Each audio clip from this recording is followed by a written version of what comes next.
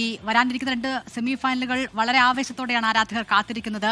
ഇംഗ്ലണ്ടിനെതിരായ ഈ semi final മത്സരത്തിൽ അർജന്റീന ഇറങ്ങുക എവേ ജേഴ്സിയിലായിരിക്കുമെന്ന റിപ്പോർട്ടുകൾ വരുന്നുണ്ട്. കടും നീലനിറത്തിലുള്ള ജേഴ്സി അനുവദിക്കണമെന്ന് ഫിഫയുടെ ടീം അഭ്യർത്ഥിച്ചു എന്നാണ് അർജന്റീൻ മാധ്യമങ്ങൾ റിപ്പോർട്ട് ചെയ്യുന്നത്. ലാ ആൽബി സെലസ്റ്റ അർജന്റീന ടീമിന്റെ വിളിപ്പേര്. ദേശീയ പതാകയുടെ സ്വത്വം പേറി വെള്ളയിലും ആകാശനീലയിലും തുനിയ അവരുടെ കുപ്പായമാണ് അർജന്റീനയുടെ ആ വിളിപ്പേരിന് പിന്നിൽ.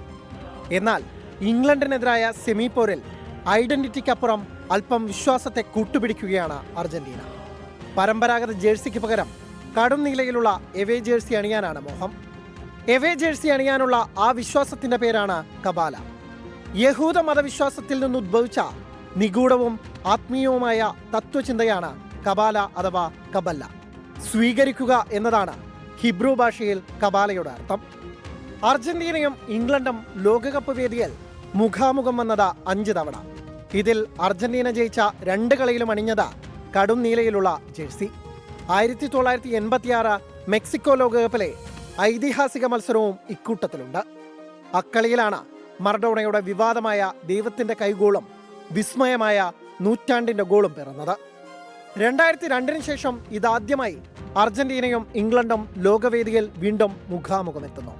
അതുമൊരു സെമി ഫൈനൽ പോരിൽ.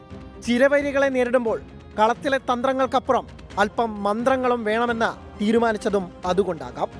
മത്സര ഷെഡ്യൂൾ പ്രകാരം ഇംഗ്ലണ്ടിനെ ഹോം ടീമായും അർജന്റീനയെ എവേ ടീമുമായാണ് ഫിഫ നിശ്ചയിച്ചിരിക്കുന്നത്. ഇതിനാൽ 2ാം ജേഴ്സി അണിയുന്നതിൽ അർജന്റീനയ്ക്ക് തടസ്സങ്ങളുണ്ടാകാൻ സാധ്യതയില്ല. ഇത്തവണ ജോർദാനെതിരായ മത്സരത്തിൽ അർജന്റീന എവേ ജേഴ്സിയിൽ കളിച്ചിരുന്നു. World cup desk 24.